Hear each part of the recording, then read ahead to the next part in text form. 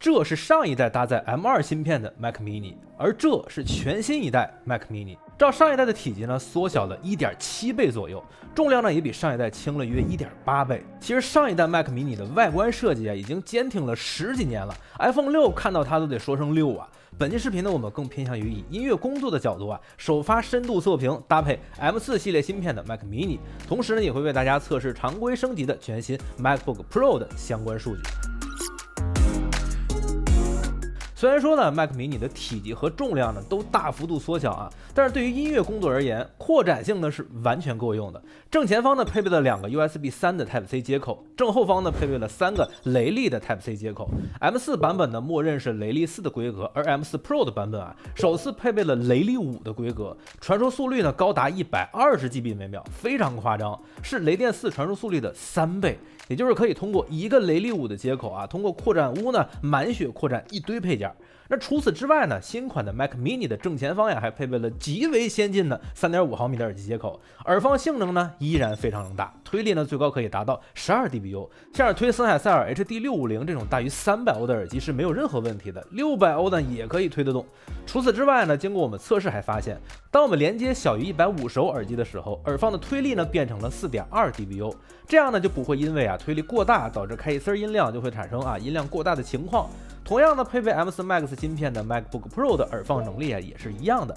其实这样的耳放推力呢，已经超过了很多1000元级声卡的耳放推力了。那除了这个3.5毫米的接口之外， Mac mini 呢还配备了 HDMI 2.1 的接口，最大可以传出 8K 60帧的画面也配备了可以最高选配至10000兆的网络接口以及电源接口。虽然说呢 Mac mini 已经这么小了，但是还是被苹果定义为台式机，所以说依然不能通过 C 口来供电有些遗憾。另外就是呢 Mac mini 的开机键设计在了底部，和苹果鼠标的充电逻辑呢有异曲同工之妙呀。但这一代的苹果的鼠标和键盘呢，它确实是改成了 Type C 接口不过靠近电脑之后就会自动去适配和连接，这一点升级还是挺方便的。那跟随 Mac mini 一同上市的 MacBook Pro 呢，属于常规升级屏幕常亮呢 SDR 亮度提高到了1000尼特，而且也可以选择这个纳米纹理玻璃来抗反光。不过呢，我个人不太喜欢这样的雾面屏的形式除此之外呢 ，MacBook Pro 全系都标配了3个雷利接口M4 Pro 版本和 M4 Max 的版本依然升级到了雷利5的规格，耳放接口的性能呢和我们刚刚测试的全新 Mac mini 也是一致的。那接下来呢，简单的测一测性能跑分部分Mac mini M4 Pro 多核分数呢跑到了1779分相对比上一代 Mac mini多核分数提升了 77%， 多核分数呢已经完全超越了 M3 Max， 已经和24核心的 M2 Ultra 很接近了。那单核分数呢到达了180分，相对比 M2 Pro 单核分数呢提高了 47%， 所以呢这就意味着Mac mini 这块 M4 Pro 的 CPU 几乎可以干掉我去年花了10万块购买的M2 Ultra 芯片的 Mac Pro 了。MacBook Pro M4 Max 多核分数呢已经跑到了2052分相对比上一代 M3 Max 多核分数提升了 20%， 那相对比 M1 Max 的多核分数呢提高了 146%， 那 M1 Max 的用户呢其实就可以考虑升级了。那单核分数呢到达了183分相对比 M3 Max 单核分数呢提高了 22%， 相对比 M1 Max 呢提高了 60%。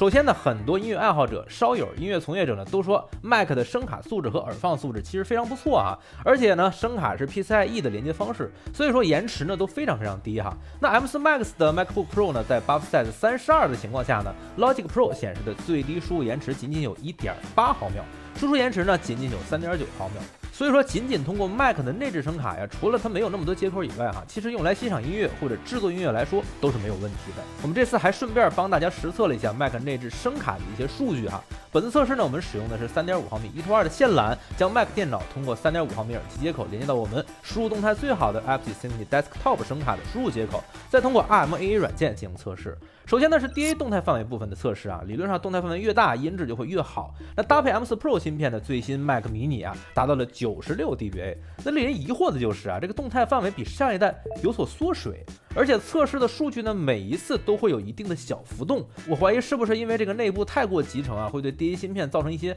干扰所致。但是呢，我们又测试了搭配 M4 Max 芯片的最新款 MacBook Pro， DA 动态范围呢达到了 107.8 dBA。其实这个 DA 动态范围呢，能达到这样的表现，已经接近甚至超越很多签约声卡了。我把几款比较热门声卡的最大输出动态的参数也放出来对比啊。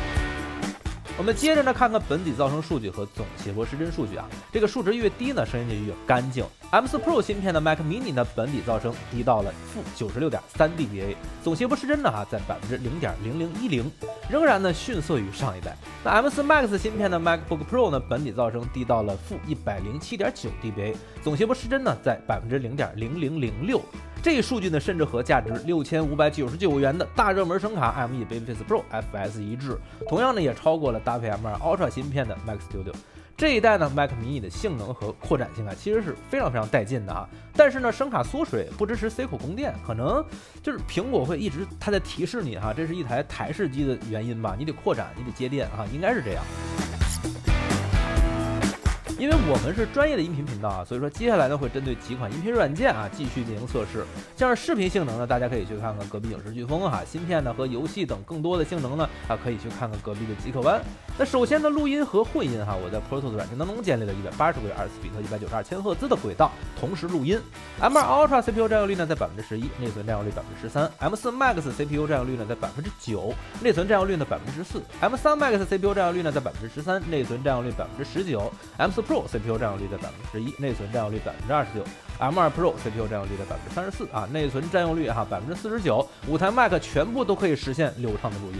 那我们把其中30条轨道挂上了肥波均衡器和压缩器插件之后 ，M2 Ultra CPU 占有率呢在21%，内存占有率31%。M4 Max 呢 CPU 占有率在16%，内存占有率33%。M3 Max 呢 CPU 占有率在18%，内存呢36%。M4 Pro CPU 占有率在21%，内存占有率在39%。M2 Pro 的 CPU 占有率在59%，内存占有率77%。在这个情况下呀，虽然说 CPU 和内存的占有率都没有跑满啊，但是呢 M2 Pro 啊，虽然说绝大多数情况下都能流畅的操作，但是已经会有一些爆音的情况出现。那其他几款 Mac 呢都可以流畅的进行操作，所以说呢 M1 Pro、M2 Pro 啊等高强度录音工作的用户可以考虑升级了。不过这类录音测试呢，我今天都是比较极限啊，基本上这5台 Mac 都可以应对正常的录音工作。在实际混音应用当中呢，我们找到了很多非常复杂的初版级立体声混音的工程，这5台 Mac 也都可以流畅的去应对。但是呢，像是做复杂的全景声影视配乐混音的话，由于通道数呢是立体声的6倍啊，再加上轨道通常是几百个轨道，所以说建议呢还是 M4 Pro 以上的性能才得以发挥完整。那编曲方面，基本5台 Mac 跑 Logic Pro 所有复杂的演示工程都是非常流畅的。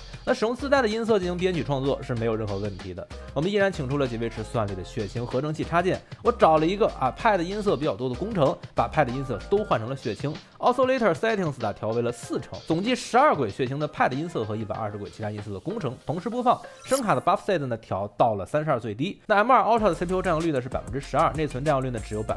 M4 Max CPU 占有率在10%，内存占有率23%。M3 Max 的 CPU 占有率呢10%，内存占有率26%。M4 Pro CPU 占有率在13%，内存占有率37%。M2 Pro 呢 CPU 占有率大致在38%，内存占有率71%。在这个极限的情况下，仍然只有 M2 Pro 的 Mac Mini 会偶尔出现爆音和卡顿的情况出现，其他4台 Mac 呢都能应对。我们再次将这个工程所有的弦乐和管乐音色总计40轨道都替换成好莱坞的音色哈。那 M2 Ultra 的 CPU 占有率呢在31%，内存占有率在36%。M4 Max 的 CPU 占有率在30%，内存占有率37%。那 M3 Max 的 CPU 占有率在33%，内存占有率呢44%。M4 Pro CPU 占有率在30%，内存占有率59%。M2 Pro CPU 占有率在79%，内存占有率一度高达100%。在这个情况下呢 ，M2 Pro 的 Mac Mini 已经被榨干了，但是呢 M4 Pro 的 Mac Mini 和其他3台呢都可以进行实时播放和操作。所以说在编曲方面，第三方音色呢还是对内存容量有一定需求的。那在音频方面呢，芯片性能我感觉最新的 Mac Mini 其实是